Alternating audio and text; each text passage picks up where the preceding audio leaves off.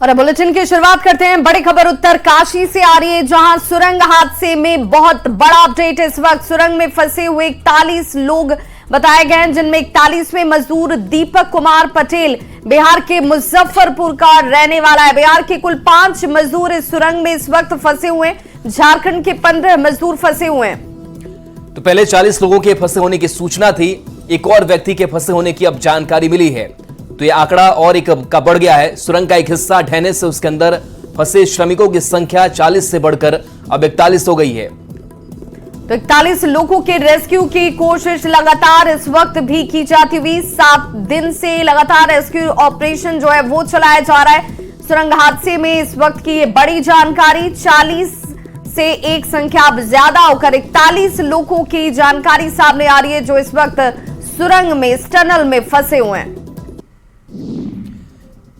तो उत्तरकाशी से tunnel rescue operation का आज 7वां दिन है और टनल में 41 जिंदगी रेस्क्यू का इंतजार कर रही है, मगर छठे दिन रेस्क्यू कर रही टीम का प्लान बी भी फेल हो गया। यहां टनल में रेस्क्यू कर रही अमेरिकन ऑगर मशीन ने भी काम करना बंद कर दिया है और कहा जा रहा है कि मशीन खराब हो गई है। और इससे पहले एक और मशीन ने काम करना बंद कर दिया था। मलबे में ड्रिलिंग से इंदौर के से नई बोरिंग मशीन जो है वो लाई गई है, जो देर रात जॉली ग्रांट एयरपोर्ट पर उतरी और इसे अब 3 ट्रकों के जरिए यहां लाया जा रहा है। मशीन के कुछ पार्ट रेस्क्यू साइट पर पहुंच चुके हैं। मुख्यमंत्री पुष्कर सिंह धामी ने सुरंग में फंसे श्रमिकों को सकुशल बाहर निकालने के लिए चलाए जा रहे रेस्क्यू ऑपरेशन की समीक्षा की। सीएम ने अधिकारियों को रेस्क्यू ऑपरेशन में आ रही दिक्कतों से निपटने के लिए हर आवश्यक कदम उठाए जाने के निर्देश दिए।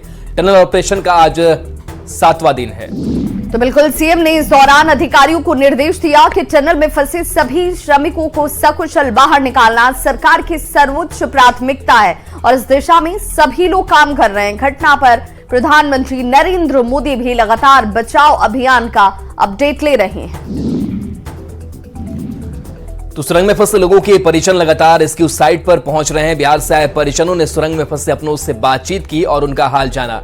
सुरंग में फंसे मजदूरों के परिजनों से बात की हमारे सहयोगी सत्येंद्र ने। टनल के अंदर जो लोग फंसे हैं उनकी फैमिली लगातार यहाँ पे आ रही है और उम्मीदें जता रही कि जल्द से जल्द उनको बाहर निकाला जाए। यहाँ पे एक फैमिली है, उनसे ही बातचीत कर लेते। क्या नाम है आपका? सुनीता है। मैम कहाँ से आप आई हैं? बिहार से, बांका जिला। जी, बिहार से हैं, बांका डिस्ट्रिक्ट। आपसे कौन फंसे हैं यहाँ पे? मेरा देवर। अच्छा, तो क्या अभी बातचीत हुई? जी जी। तो क्या कहा उन्होंने? वो ठीक है। ठीक है जी। तो किस तरीके से आपकी बातचीत हुई? पाइपलाइन से। अच्छा, तो खाना पीना पूछा उन्होंने कि जी जी जी जी। क्या क्या उनको? अभी वही जो सूखा जो मिल रहा है वही खाना वो लोग। प्रशासन से आपकी बातचीत हुई कब तक निकालने की क्या कुछ? हाँ, वो तो बातचीत हुई, अभी कर रहा है, काम चल रहा है। तो निकालेंगे, वही बोल रहे हैं कि निकालेंगे। तो जब निकालेंगे तभी हम कहेंगे कि अब निकल गया। आप कब पहुँचेंगे? जी कल शाम को। यानी कि कुछ फैमिली यहाँ पे लगातार आने आ रही हैं और आपसे ये एक और है। क्या नाम है मैम आपका? जी रजनी टुडू। आपके कौन है यहाँ पे? वीरेंद्र। आपके हस्बैंड है? अच्छा, तो बच्चा तो मैम क्या बातचीत हुई अभी? हाँ अभी हुई बात। तो क्या कहा उन्होंने? हाँ तो अभी हम लोग को टेंशन, वो बोल रही है आप लोग कैसे है, हम ही लोग को पूछ रही है। रजनी। अच्छा, तो अभी सब ठीक है? हाँ। यानी कि अब देख सकते हैं कि जो फैमिली है वो लगातार यहाँ पे पहुंचे। बिहार से ये लोग आए हैं क्योंकि इनके पति अभी टनल के अंदर हैं, तो जिससे अभी उनकी बातचीत भी हुई है और अब प्रशासन से वो लोग सब ये गुहार लगा रहे हैं कि जल्द से जल्द रेस्क्यू अभियान शुरू कर उनके जो परिजन अंदर फंसे हैं उनको बाहर निकाल दिया जाए। कैमरा पर्सन संदीप के साथ में सत्येंद्र वर्तमान, न्यूज 18 उत्तरकाशी। और बढ़ते आगे, गिरिडीह में भीषण सड़क दुर्घटना में 6 लोगों की मौत हो गई है, जबकि 2 लोग घायल बताए जा रहे हैं, जिनकी हालत नाजुक बनी हुई है। कहा जा रहा है कि सभी लोग बारात से अपने गांव थोरिया लौट रहे थे और इसी दौरान नींद आने की वजह से ड्राइवर ने अपना संतुलन जो है वो गाड़ी से खो दिया, जिसके बाद 8 बारातियों से भरी हुई गाड़ी सड़क की दूसरी तरफ पेड़ से जाकर टकरा गई। इस हादसे में गाड़ी के परखच्चे उड़ गए। वहीं हादसे के बाद का मंजर और भी खौफनाक दिख रहा है। ग्राउंड जीरो से अधिक जानकारी दे रहे हैं गिरिडीह संवाददाता इजाज अहमद।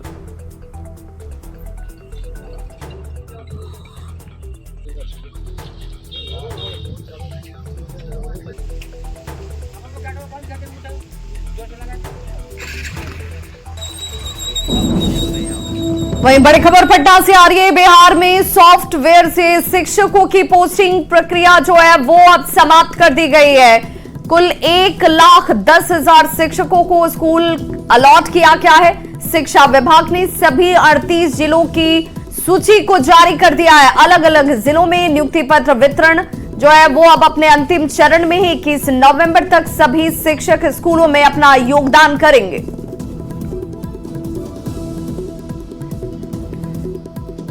तो अभी भी फर्जी और अयोग्य अभ्यर्थियों की स्क्रूटनी जारी है। कई जिलों में डीईओ की तरफ से कार्रवाई की जा रही है।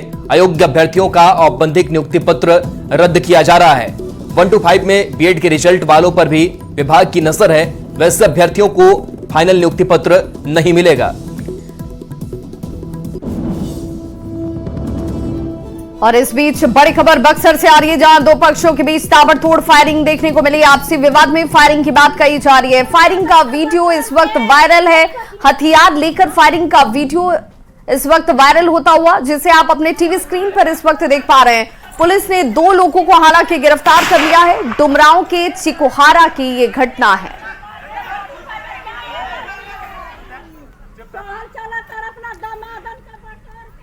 और इस बीच छपरा से बड़ी खबर है, जहां हत्या के बाद जमकर बवाल हुआ है। आक्रोशित लोगों ने हंगामा किया है। आरोपी के घर में तोड़फोड़ भी की गई है। आरोपी की गिरफ्तारी की मांग लगातार आक्रोशित लोग कर रहे हैं। 3 डीएसपी और 8 थानों की पुलिस मौके पर मौजूद है। तो शराब बेचने का विरोध करने पर गोली मारी गई थी। शराब माफिया ने गोली मारी और माफिया विक्की ने संजय राम को गोली मारी और फरार हो गया। घायल संजय राम की अस्पताल में इलाज के दौरान मौत हो चुकी है। और इस बीच दिल्ली से बड़ी खबर है, जहां एनजीटी की 9 राज्यों को फटकार लगी है। वायु प्रदूषण को लेकर फटकार एनजीटी ने लगाई है। सुधार के लिए कड़े कदम उठाने का आदेश भी एनजीटी ने दिया है। 9 राज्यों को तत्काल उपाय करने को कहा गया है, जिसमें दिल्ली, बिहार और झारखंड को निर्देश जारी किया गया है। बिल्कुल, तो हरियाणा, पंजाब, राजस्थान में भी अब ये निर्देश इस वक्त एनजीटी की तरफ से प्रदूषण के बढ़ते असर को लेकर एनजीटी की तरफ से चिंता जाहिर करते हुए इन राज्यों को फटकार लगाई गई है। यूपी और एमपी को भी निर्देश दिए गए हैं। 22 नवंबर तक कार्रवाई रिपोर्ट पेश करने को कहा गया है। दनादन बुलेटिन की अगली खबर नोएडा से, जहां एलविश मामले में रेप पार्टी के लिए सांपों का जहर सप्लाई करने के आरोपी राहुल ने 24 घंटे की रिमांड में पुलिस के सामने कई राज खोले हैं। उसकी निशानदेही पर पुलिस ने फरीदाबाद स्थित गांव से 2 कोबरा सांप रेस्क्यू किए हैं। बिल्कुल, और जानकारी के मुताबिक रेव पार्टी में ले जाने के लिए तस्करी कर दोनों सांप लाए गए थे। दोनों सांप वन विभाग को सौंप दिए गए हैं। मेडिकल परीक्षण के बाद दोनों सांप जंगल में छोड़ दिए जाएंगे। रिमांड में हुई पूछताछ के बाद राहुल को वापस जेल भेज दिया गया। और इस बीच दिल्ली से बड़ी खबर है, जहां केजरीवाल सरकार का बड़ा फैसला सामने आया है। छठ को लेकर के यह फैसला है और शराब की दुकानें बंद रहेंगी। 19 नवंबर को शराब की दुकानें बंद रखने का आदेश आया है। दिल्ली सरकार ने उस दिन ड्राई डे घोषित किया है। दिल्ली सरकार के उत्पाद शुल्क आयुक्त का यह आदेश सामने आया है कि 19 नवंबर को शराब की दुकानें बंद रहेंगी। सरकार ने इस दिन को ड्राई डे घोषित किया है, तो बड़ा फैसला लिया है दिल्ली सरकार ने। उत्पाद शुल्क आयुक्त का यह आदेश सामने आया है। तो दिल्ली से बड़ी खबर बता रहे हैं, जहां केजरीवाल सरकार ने बड़ा फैसला लिया है और छठ का मौका है और छठ के मौके पर 19 नवंबर को ड्राई डे घोषित कर दिया गया है। छठ को लेकर के शराब की सारी दुकानें बंद रहेंगी।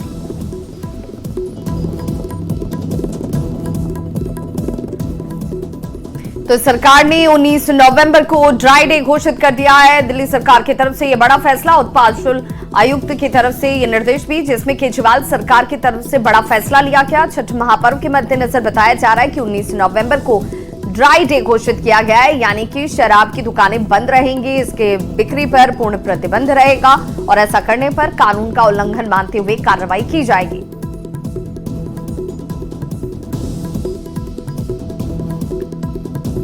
तो उत्पाद शुल्क आयुक्त की तरफ से यह आदेश इस वक्त सभी दुकानों को दे दिए गए हैं। केजरीवाल सरकार की तरफ से यह बड़ा फैसला आस्था के मद्देनजर लिया गया है। 19 नवंबर को जो कि छठ महापर्व को लेकर पहला अर्घ दिया जाने वाला है और ऐसे में तमाम शराब दुकानों के लिए ये नियम लागू हैं। अब बात लोक आस्था के महापर्व छठ की। आज छठ महापर्व का दूसरा दिन है। खरना के साथ ही 36 घंटों के निर्जला व्रत की शुरुआत हो जाएगी। छठ को लेकर घाट कितना तैयार है, इसकी तस्वीर हम आपको दिखाते हैं। तो वहीं पटना में छठ को लेकर घाटों पर आने जाने के लिए रास्ते को बेहतर बनाया गया है। वहीं व्रतियों के लिए अगर बात की जाए तो चेंजिंग रूम और श्रद्धालु शेड का निर्माण किया गया है। घाटों पर सुरक्षा को लेकर हर सुविधा का विशेष तौर पर ख्याल रखा गया है। तो छठ को लेकर एनडीआरएफ की बटालियन छठ घाटों पर हालात से निपटने को तैयार है। एनडीआरएफ की टीम गंगा में स्टीमर के जरिए लगातार नजर बनाए हुए है। वहीं घाट पर मेडिकल कैंप की व्यवस्था की गई है ताकि श्रद्धालुओं को हर मेडिकल सुविधा उपलब्ध हो सके। और बड़ी खबर इस वक्त दानापुर से, जहां दो गुटों में मारपीट और गोलीबारी देखने को मिली है। बड़ी खबर, आपसी विवाद में गोलीबारी की यह घटना कही जा रही है जिसमें 2 लोगों को गोली लग गई है। पुलिस मौके पर फिलहाल पहुंची हुई है और मामले को शांत कराने का प्रयास किया जा रहा है। बताया जा रहा है कि 2 गुट आपस में ही उलझ गए और गोलीबारी की घटना को अंजाम दिया गया, जिनमें 2 लोगों को गोली लगने की बात कही जा रही है। तो मारपीट और गोलीबारी की यह घटना दानापुर से इस वक्त ये बड़ी खबर, आपसी विवाद में गोलीबारी की घटना को अंजाम दिया गया है। और हमारे सहयोगी अमरजीत शर्मा इस वक्त हमारे साथ फोन लाइन पर ज्यादा जानकारी के साथ जुड़ गए। अमरजीत, क्या कार्रवाई पुलिस की तरफ से इस गोलीबारी की घटना के बाद? ये देखिए, पुलिस छावनी में तब्दील हो चुका है और यहाँ पर जो जिस तरह से लोग आक्रोशित थे और उसकी वजह से जो है हरिशंकर और बबलू जो आरोपी है उसके घर में जो है आग लगा दिया गया था और उसके बाद पुलिस पहुंची और आग पर जो है काबू पाई है। दमकल की गाड़ी भी बुलाई गई थी और उसके बाद जो है घर में जो पानी था उससे आग पुलिस ने बुझाया है। तस्वीरों में भी जो है दिखाई दे रहा। और साथ ही यहाँ जो विवाद था वो मामूली विवाद को लेकर के जो है ये गोली चलने की बात आ रही है। इसमें कोई विवाद अभी तक स्पष्ट नहीं है, लेकिन मामूली विवाद बताया जा रहा है। जिस तरह से कमलेश्वर प्रसाद सिंह जो सर्किल इंस्पेक्टर हैं, उन्होंने जो है घटनास्थल पर पहुंचकर ये बात बताई है। उन्होंने कहा है कि एक महिला की मौत हुई है, जबकि जो है राजकुमार और शत्रुघ्न राय घायल है, जिनका इलाज चल रहा है। ये जो है इस तरह की घटना लगातार हो रही है। कुछ दिन पहले भी जो है रूपसपुर थाना क्षेत्र में घटना हुई थी और उसके आरोपी को कल ही पुलिस ने गिरफ्तार किया था, लेकिन फिर से जो है जो दानापुर ये जो है एएसपी हैं, उनके इलाके में दोबारा ये इस तरह की घटना हुई है और दोबारा जो है इस तरह की घटना में एक महिला की इस बार मौत हुई है। तो लगातार जो है आपराधिक घटनाएं हो रही है और ये घटना मामूली विवाद को लेकर के हो रही है। फिलहाल पुलिस जो है वहाँ कैंप की हुई है। जी, बहुत बहुत शुक्रिया अमरजीत इस तमाम जानकारी के लिए।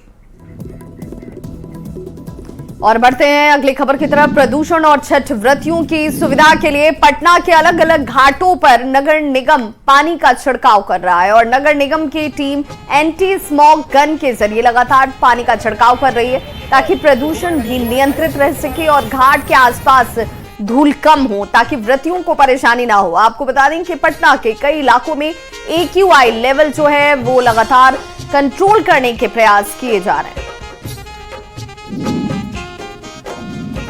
लोक आस्था के महापर्व छठ पूजा को लेकर प्रदेश बीजेपी अध्यक्ष सम्राट चौधरी ने पटना सिटी का दौरा कर छठ पूजन सामग्री का वितरण किया। इस मौके पर बीजेपी के प्रदेश अध्यक्ष ने अपने हाथों से सैकड़ों छठ व्रतियों के बीच सूप, नारियल, साड़ी, मौसमी फल समेत अन्य पूजन सामग्री का वितरण किया। इस दौरान सम्राट चौधरी ने प्रदेशवासियों को छठ पूजा की शुभकामनाएं दी और प्रदेश की खुशहाली की कामना की। तो वहीं मुंगेर में छठ व्रतियों को कोई परेशानी ना हो, इसे लेकर घाटों पर विशेष इंतजाम किए जा रहे हैं। जिले के आयुक्त, डीआईजी समेत तमाम अधिकारियों ने गंगा घाटों का निरीक्षण किया और छठ घाटों पर सारी तैयारियों का जायजा लेते नजर आए। सभी घाट पर बैरिकेडिंग कर दी गई है। डेंजर जोन में श्रद्धालु नहीं जाएं, इसके लिए भी इंतजाम किए गए हैं। साथ ही लाइट्स की भी व्यवस्था है। दलदली घाटों को लगातार दुरुस्त किया जा रहा है। गंगा में सिर्फ सरकारी नाव का परिचालन होगा, साथ ही गोताखोरों की भी तैनाती होगी। तो बक्सर में भी लोक आस्था के महापर्व छठ पूजा को लेकर तैयारियां पूरी हो चुकी हैं। बक्सर के डीएम ने सभी गंगा घाटों का जायजा लिया। घाटों पर गोताखोरों की तैनाती की जा रही है। बक्सर में यूपी और झारखंड से भी श्रद्धालु छठ पर्व मनाने के लिए पहुंचते हैं और ऐसे में प्रशासन अलर्ट मोड पर है। घाटों पर 200 मजिस्ट्रेट और 400 से ज्यादा पुलिसकर्मियों की तैनाती की गई है।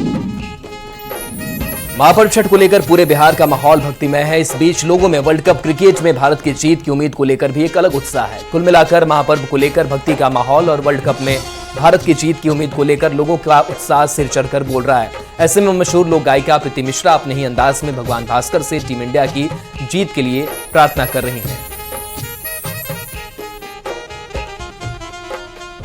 निश्चित तौर पर तो लोक आस्था के महापर्व छठ पूजा के रंग में पूरा बिहार रंगा हुआ है और महापर्व की आस्था के आगे जाति धर्म की दीवार भी टूट चुकी है। गोपालगंज में बड़ी संख्या में मुस्लिम समाज की महिलाएं भी आस्था और पूरी शिद्दत के साथ छठ व्रत कर रही हैं। फुलवरिया प्रखंड के संग्रामपुर गांव में मुस्लिम परिवार की महिलाएं खरने के दिन छठ गीत गाकर पूजा आराधना करती हुई नजर आई। दानापुर में मुस्लिम समुदाय के लोगों ने भी छठ पर्व में व्रतियों को किसी तरह की तकलीफ ना हो, इसके लिए रेड क्रॉस सोसाइटी के साथ मिलकर घाटों और सड़कों की साफ सफाई की। इसके बाद सभी लोग दानापुर के नारियल घाट पर जाकर साफ सफाई की। उन्होंने बताया कि मुस्लिम समुदाय के लोग चांद को देखकर अपना त्योहार मनाते हैं, वहीं हिंदू लोग सूर्य की उपासना करते हैं। यह एक पवित्र पर्व है। तो लोक आस्था के महापर्व छठ में ठेकुए के बाद सबसे ज्यादा डिमांड सांचा मिठाई की होती है। नवादा में कारीगर सांचा मिठाई बनाने में जुटे हुए हैं और इसके बगैर महाप्रसाद अधूरा माना जाता है। न केवल बिहार, पड़ोसी राज्य झारखंड में भी इसकी जबरदस्त डिमांड है। चीनी से बने इस मिठाई को लोग खूब पसंद करते हैं। इसे महापर्व में काफी शुद्धता के साथ बनाया जाता है। मिट्टी के सांचे में चीनी की चाशनी डालकर दूध मिलाकर इसे कई आकारों में ढाला जाता है। तो छठ को लेकर फलों की सबसे बड़ी मंडी बाजार समिति में काफी रौनक देखी जा रही है। केले के लदे ट्रक लगातार पहुंच रहे हैं। अलग अलग राज्यों में से केले मंगाए जा रहे हैं जिससे फलों की कमी न हो। थोक दुकानदार लड्डू राय ने बताया कि 150 ट्रक केले छठ को लेकर बाजार समिति में पहुंचे हैं। तो इस बुलेटिन में बस इतना ही, लेकिन न्यूज़ 18 बिहार झारखंड पर खबरों का सिलसिला लगातार जारी है।